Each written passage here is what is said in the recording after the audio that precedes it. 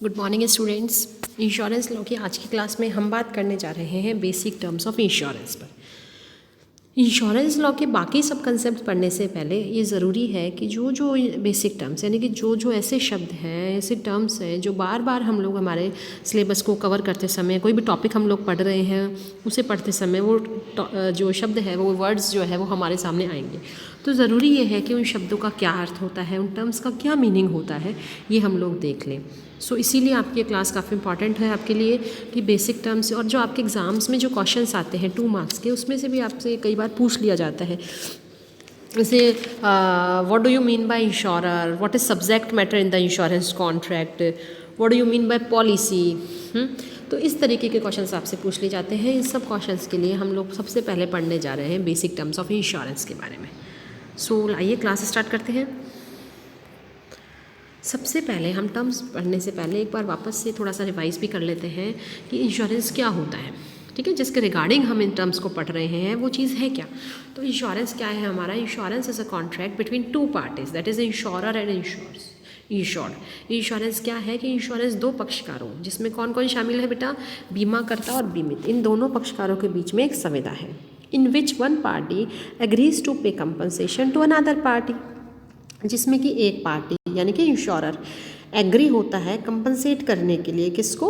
Insured को, बीमित को, against the payment of premium का पेमेंट किए जाने के बाद, यानी कि जिसके बदले में बीमित द्वारा समय समय पर प्रीमियम का भुगतान किया जाता है। ठीक है, उसके बदले में if actual loss occurs to property of life. और कब भुगतान किया जाता है, कब कंपनसेट किया जाता है? जबकि एक्चुअल लॉस अराइज होता है उस समय। तो हम क्या कह सकते हैं कि बीमा या इंश्योरेंस 2 पक्षकारों, बीमाकर्ता तथा बीमित के मध्य एक संविदा है, जिसमें एक पक्षकार, जिसे बीमाकर्ता अथवा इंश्योरेंस कंपनी कहा जाता है, बीमित अर्थात दूसरे पक्षकार की क्षतिपूर्ति करने की सहमति देता है, जिसके बदले में बीमित द्वारा समय समय पर प्रीमियम का भुगतान किया जाता है। यह क्षतिपूर्ति तभी की जाती है जब बीमित की संपत्ति को किसी प्रकार की क्षति कारित हो या उसकी लाइफ को किसी प्रकार का नुकसान हो। वैसे अगर हम लोग लाइफ इंश्योरेंस में देखें तो क्षति ना भी हो ना, तो भी पेमेंट किया जाता है, क्योंकि लाइफ इंश्योरेंस जो होता है वो आपका इंश्योरेंस कम इन्वेस्टमेंट होता है ना। ठीक है ना, ये तो सिर्फ ये वाली जो सिर्फ कहने की बात है। ठीक है, अब देखिए, ठीक है, अब हम बात करते हैं, जैसे कि हमने 2 पार्टीज़ की बात करी कि 2 पार्टीज़ जो होगी वो हमारे यहाँ पर होगी। One is insurance company and second is insured. दोनों के बीच में क्या है? आपस में इंश्योरेंस कॉन्ट्रैक्ट एग्जिट करता है, और जैसे इंश्योर्ड जो है वो प्रीमियम का पेमेंट करता है इंश्योरेंस कंपनी को, तो इंश्योरेंस कंपनी प्रॉमिस करती है कि वो उसको कंपनसेट करेगी इन द फ्यूचर, जब भी अगर उसे कोई नुकसान होता है तो। ठीक है, अब हम बात करते हैं इनके बेसिक टर्म्स की। बेसिक टर्म्स में हम सबसे पहले डिस्कशन करेंगे इंश्योरर के बारे में कि इंश्योरर किसे कहेंगे, इंश्योर्ड किसे कहेंगे। देन फिर हम proposal, premium, subject matter in insurance policy and policy claim, इन सब के बारे में चर्चा करेंगे। सबसे पहले हम बात कर लेते हैं इंश्योरर यानी कि बीमाकर्ता की। तो इंश्योरर या बीमाकर्ता वह इंश्योरेंस कंपनी होती है जो बीमित को क्षति होने पर क्षतिपूर्ति का वचन देती है अथवा उसकी क्षतिपूर्ति करती है। फॉर एग्ज़ाम्पल, अगर हम लोग देखिए यहाँ पर 2 चीज़ें करते हैं, एक तो है हमारी ए एंड कंपनी और दूसरे हैं मिस्टर एक्स। मिस्टर एक्स कहाँ जाते हैं? ए एंड कंपनी के पास।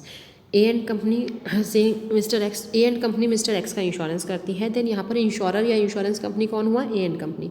और मिस्टर एक्स कौन हुए? आपके इंश्योर्ड, या फिर इन्हें क्या कहा जा सकता है? पॉलिसी होल्डर भी कहा जा सकता है। ठीक है, तो एक पार्टी हो गई insurer and second is policy holder. बीमित अथवा पॉलिसी धारक वह व्यक्ति है जिसे नुकसान होने पर बीमा कंपनी द्वारा क्षतिपूर्ति की जाती है। मिस्टर एक्स का अगर कोई नुकसान होता है तो इंश्योरेंस कंपनी कहती है कि अगर आपको कोई नुकसान होगा देन वी विल पे।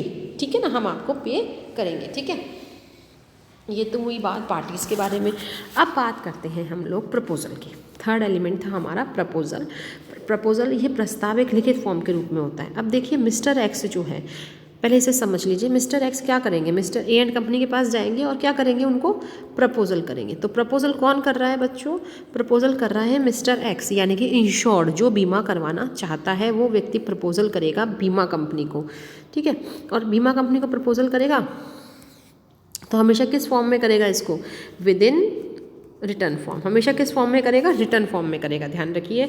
ठीक है, जिसे बीमित द्वारा बीमाकर्ता को दिया जाता है। बीमा कंपनी से स्वीकार भी कर सकती है या अस्वीकार भी कर सकती है। अब देखिए ये ए एंड कंपनी के ऊपर डिपेंड करता है कि वो इस प्रपोजल को एक्सेप्ट करे या फिर इसको रिजेक्ट करे। क्लियर। नेक्स्ट बात करते हैं हम प्रीमियम के बारे में। प्रीमियम कहेंगे, premium is a periodical payment, मतलब अवधि का पेमेंट, जैसे तिमाही भी हो सकता है, हर महीने भी हो सकता है, 6 मंथ से भी हो सकता है, एनुअली भी हो सकता है।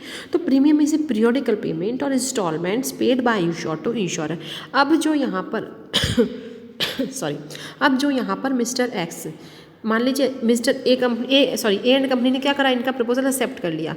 अब जो मिस्टर एक्स पेमेंट करेंगे समय समय पर, जो इंस्टॉलमेंट्स चुकाएंगे ए एंड कंपनी को, वो क्या होगा, वो क्या कहलाएगा, प्रीमियम कहलाएगा। क्लियर हो गई बात। नेक्स्ट सब्जेक्ट मैटर की बात करते हैं हम लोग। तो subject matter means the thing which is insured. Subject matter से हमारा तात्पर्य है कि जो भी व्यक्ति जिस वस्तु को वो क्या करवाना चाह रहा है, बीमा करवाना चाह रहा है। फॉर एग्जांपल ये अलग अलग इंश्योरेंस में अलग अलग हो सकती है। जैसे लाइफ इंश्योरेंस के मामले में लाइफ सब्जेक्ट मैटर हो सकता है, फायर इंश्योरेंस के मामले में प्रॉपर्टी, गुड्स, बिल्डिंग, ये सब्जेक्ट मैटर हो सकते हैं।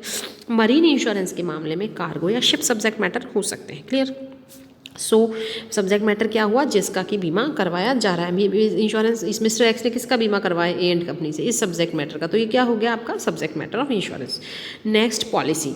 Policy is a document containing terms and conditions of the contract, अर्थात बीमा संबंधी सभी नियमों और शर्तें जिस दस्तावेज में उल्लेखित होती है वो क्या होती है, पॉलिसी होती है।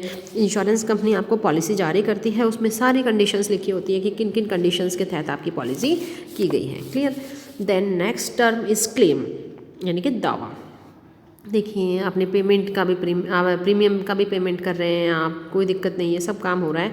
और अचानक से मान लीजिए मिस्टर एक्स को किसी प्रकार का लॉस, जो हानि है, जो कौन सी हानि, जो पॉलिसी डॉक्यूमेंट में रिटर्न है, वो वाली हानि अगर उनको हो जाती है तो कहाँ जाएंगे, ये जाएंगे ए एंड कंपनी यानी कि इंश्योरेंस कंपनी के पास में। समझ में आ गई। तो यहाँ आप क्या करेंगे, किस वे में जाएंगे, क्या तरीका अपनाएंगे, ये mister x A and company पर क्या करेंगे, क्लेम करेंगे, दावा प्रस्तुत करेंगे उनको। ठीक है। तो बीमा कंपनी से बीमा की राशि प्राप्त करने के लिए क्या किया जाएगा, दावा प्रस्तुत किया जाएगा। यहाँ पर भी हम इनको 2 पार्ट्स में डिवाइड करके पढ़ सकते हैं क्लेम को। देखिए यदि लाइफ इंश्योरेंस है तो बीमा की राशि या तो मृत्यु होने पर मिलेगी या फिर बीमा पॉलिसी के मैच्योर होने पर मिलेगी, ये बात तो कंफर्म होगी। ठीक है ना। तो आइदर ऑन डेथ और मैच्योरिटी ऑफ पॉलिसी। ठीक है। लाइफ इंश्योरेंस में क्या होगा कि क्लेम जो है, क्लेम की जो राशि होगी वो इंश्योर्ड स्वयं भी ले सकता है। ठीक है। या फिर उसकी अगर मान लीजिए वो नहीं है, उसकी डेथ हो चुकी है, तो आफ्टर द डेथ उसका कोई फैमिली मेम्बर्स यानी कि उसका जो लीगल हायर है वो भी उस पॉलिसी के अमाउंट को ले सकता है। ठीक है। तो लाइफ इंश्योरेंस की बात करेंगे तो 2 कंडीशंस यहाँ पे, या तो वो सेल्फ खुद ले लेगा या फिर उसका कोई फैमिली मेम्बर यानी कि जो उसका लीगल हायर है, उसका उत्तराधिकारी है, वो उसको प्राप्त कर लेता है। ठीक है बच्चों। फिर बात करते हैं अगर हम लोग इसकी फैमिली इंश्योरेंस या मरीन इंश्योरेंस या फायर इंश्योरेंस यानी कि जिसे हम सामान्य बीमा या जनरल इंश्योरेंस भी कहते हैं। अगर हम जनरल इंश्योरेंस की बात करते हैं तो क्लेम अर्थात दावा नुकसान होने के बाद ही किया जा सकता है। यहाँ पर क्या होता है कि जैसे अपन लोग बात कर रहे थे यहाँ पर लाइफ के बारे में, तो वो जीवित है तो भी उसकी पॉलिसी अगर मैच्योर हो गई है, जीवित है और उसकी पॉलिसी मैच्योर हो गई है तो भी वो अमाउंट ले सकता है। जबकि जनरल इंश्योरेंस अर्थात फायर इंश्योरेंस और मरीन इंश्योरेंस के टाइम में क्या होता है कि दावा जो है वो नुकसान होने के बाद ही किया जा सकता है, नुकसान होने से पहले आप कंपनी पर क्लेम नहीं कर सकते हो। और अमाउंट यहाँ किसको प्राप्त होता है, इंश्योर्ड को प्राप्त होता है। समझ में आ गए। उसके फैमिली मेम्बर्स या लीगल हायर्स को प्राप्त नहीं होता है। So thank you all of you. आज की क्लास में हम लोगों ने बेसिक टर्म्स देखी। अब इन बेसिक टर्म्स को पढ़ने के बाद जो भी हमारी आगे आने वाली क्लासेस होगी, उन क्लासेस के कंसेप्ट में जहाँ जहाँ पर ये टर्म्स आपकी यूज़ होगी तो आप लोग इसे ईजिली समझ पाएंगे। सो अगली क्लास में मिलते हैं। Thank you all of you.